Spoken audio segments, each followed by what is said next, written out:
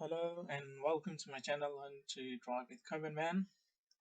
This is the fifth lesson of the theory test, and the topic we are doing it is the attitude. I've already made one video on this topic, and it had a 5 question in it. This is the second video on this topic, attitude. And let's start. Got a first question of it on the screen. What must you do What must you do when the amber light is flashing at a pelican crossing?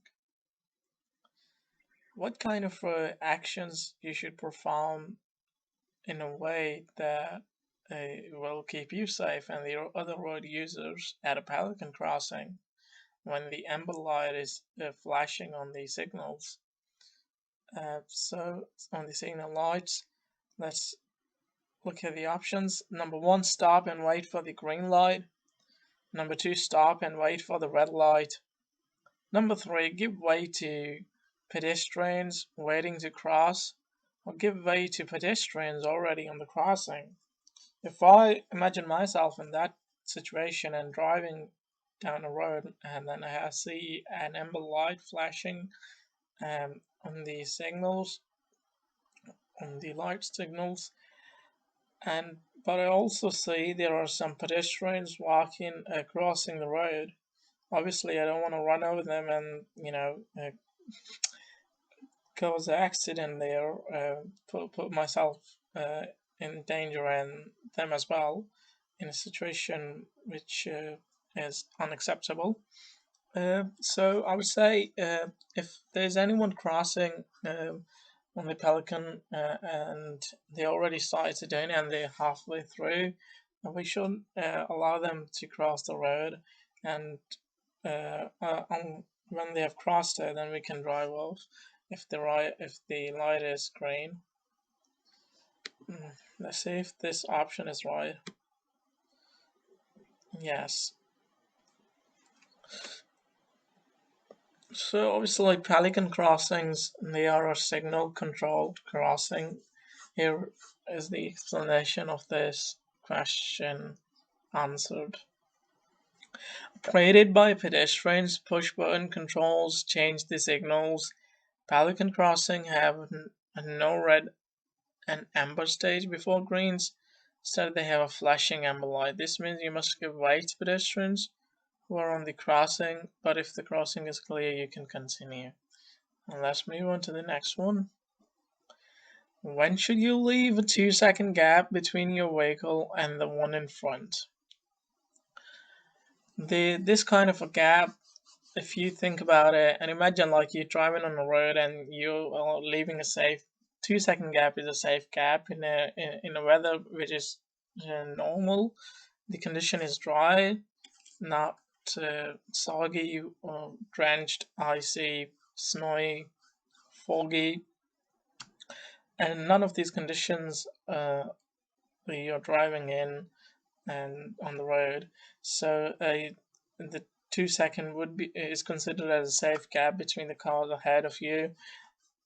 So if there was rain or snow or ice, the distance would have been much larger due to the conditions. So I'm gonna go for the dry one. It's only when the conditions are dry, the 2-second gap is applied and considered to be safe. And here's the explanation. I would recommend for reading the explanation of every question because it helps to enhance your knowledge in driving theory test and also make a more understanding and logically sense making a sense. Let's move on to the next one. The conditions are good and dry. When should you use the 2-second rule?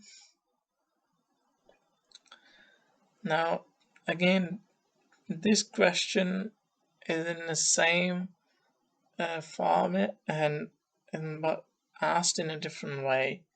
the basic of this question is the same as we just done the number 2 one. It's the same like when the conditions are good and dry, when should you use the 2-second rule? Obviously, we will use that rule to measure the distance between the vehicle ahead of us driving on the dry roads and the conditions are good, the weather is nice, it's sunny, sun shining. So before restarting the engine after it has stalled, for using the mirror signal maneuver routine, when checking your gap from the vehicle in front, when traffic lights change to green. I think it should be the number 2. Let's see. Yes, it is. Do you read the explanation, please? Do read the explanation. Number 4 question. You wish to turn right ahead. Why should you take up the correct position in good time? Now imagine yourself driving in a car and you are going to take a right turn from the road you're driving on. So why should you yourself position in a good time in a safe manners to allow you to take a turn in a better way in a safely manners? Why? To allow the drivers to pull out in front of you, to give a better view into the road that you're joining, to help other road users know what you intend to do, to allow drivers to pass you on the road. I think it's the number 2, maybe to give a better view into the road that you're joining. If you place your vehicle or stop your vehicle before making a turn in a better position of the road, it helps you to view the road more in a clear way than if you position your vehicle in a bit awkward way, so you won't be able to see a good view of the road you're going to make a turn on. And let's say, oh, got it wrong. This time I got it wrong. Right, so you should be positioning your car correctly in a good time is to make other aware of yours know what you intend to do. Right.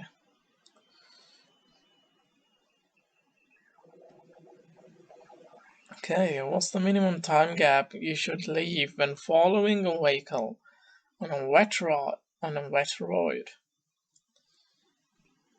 So now the roads conditions have changed, the weather condition is changed, and now the road is wet. And what should be the gap between the car ahead of you? Should it be 1 second? Obviously, no, it can't be 1 second, even in good conditions. Should it be 2 seconds, 3 seconds, 4 seconds? As far as I remember, when I drive in a wet conditions, I leave a 4-second gap because that's what considered to be safe in the terms of theory, terms of driving as well in the UK. Yep, that's right. Obviously, the water will reduce your tire grip on the road, so the safe separation gap of at least 2 seconds in dry condition should be doubled to at least 4 seconds in wet weather.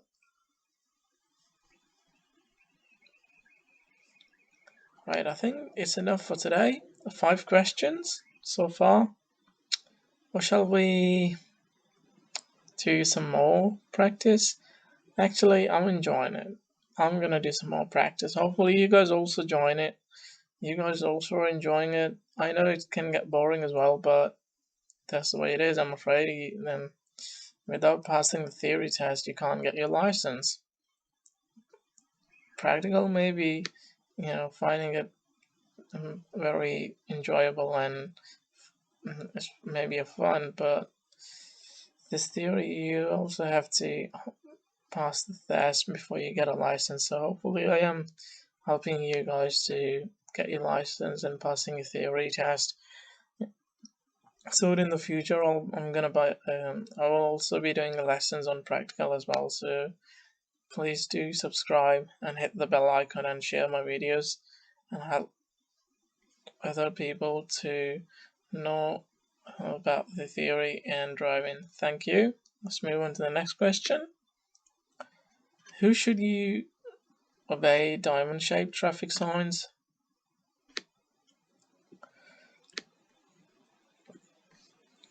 I've never seen this sign on the road driving. If I remember, this kind of sign can only be for tram drivers, not even for a lorry. Well, bus, lorry, and taxi, they are driven on the roads. The trams are driven on the tracks. So obviously they will have a different color signboard from us to just make us aware of that these signs are being applied to the trams, not to the cars, not to you. So let's click the number one option. Yes, it is right. It is correct, and here is the explanation again. Which type of crossing allow cyclists to ride across while pedestrians are also crossing? So which type of a crossing if you allow cyclists to ride across while pedestrians are crossing? I have seen a crossing where pedestrians and cyclists are both cross the road from that crossing, and it can't be the pelican one, not the zebra either. Well, on zebra you can do it too, but there's a particular crossing made for both cyclists and pedestrians, and if I remember, I think it's called toucan. Let's see if this is right. Yes, designed to allow pedestrians and cyclists to cross at the same time. Right. So you're being overtaken by a long, heavily laden lorry. What should you do if it's taking a long time for it to overtake? Obviously, the vehicle is long and is heavy, loaded with the luggage in there, with so much stuff in there. It will take us a time to overtake it. So what should you do to keep myself safe and the other road users safe? Obviously, not speed up, slow down, not changing any directions, not holding my speed. So I should slow down and just allow the time for the lorry driver to overtake me.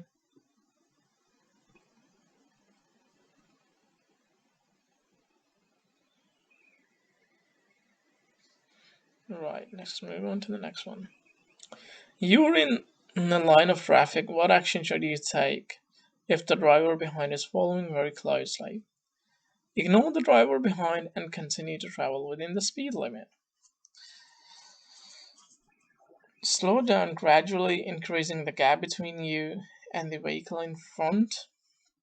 Signal left and wave the driver behind to come past. Moreover, to your position just left of the center, left of the center line of the road.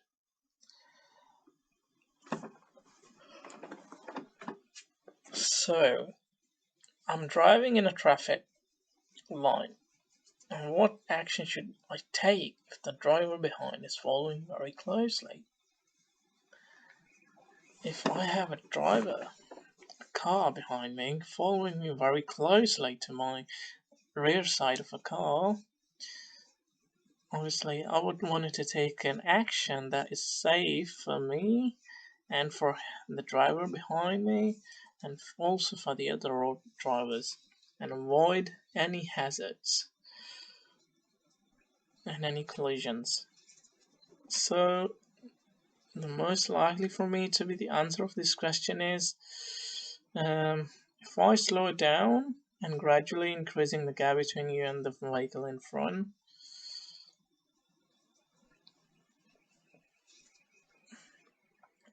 It can't be that one because the driver behind is following me very closely. If I slow down, that will more reduce the distance between the between mine and the car behind me, because there's already not much distance between the car behind me and ignore the driver behind and continue to travel within the speed limit.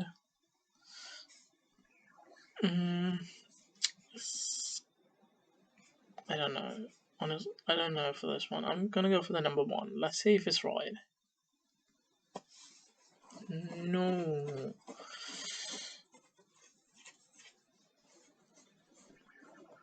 So if you stop suddenly, you can reduce the risk of slowing down and increasing the safety margin from the field. This reduces the chance that you will have to stop suddenly and allows you to spread your braking over greater distance. Okay, I was wrong. Sorry guys, I'm wrong again. I got 2 wrongs today. It's not going a good day. Well, we are just all learning here, students. Everyone make mistakes and you learn from your mistakes. Number 10 question. When should you flash your headlights at other road users? When showing that you're giving away. When showing that you're about to turn. When telling them that you have right of way. When letting them know that you are there.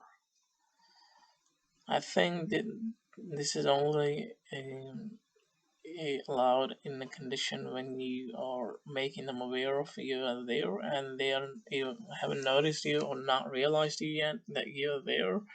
Let's see if number 4 is the right one for this one.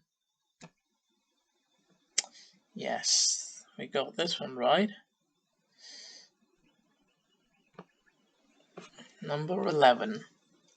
Which color follows the green signal at a puffin crossing? So now this is not a toucan, not a pelican. Now we're talking about the puffin crossing. Which colors follow the green signal? Forward, steady red, steady amber, flashing green. I think it's steady amber. The flashing one is on the pelican crossing, as we just gone through that question. Obviously, after the green, you go to the amber and then red. Yes, I was right. It is the steady amber. Let's move on to the next question. You are driving a car that has a diesel engine. What can a loose filler cap on your fuel tank cause? The diesel engine. It can make the engine difficult to start. It can make the roads slippery for other road users. It can improve your vehicle's fuel consumption.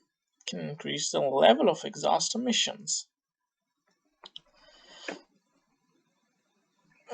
So, I have a diesel engine of my car and also got a loose filler cap on my fuel tank. And what kind of a problem it can make for the other road users and for myself, and can place me in a danger position of not driving safely. So I think the most likely to be the one is number 4. It can increase the level of exhaust emissions, can make the road slippery for other road users, but it could also be the number 2.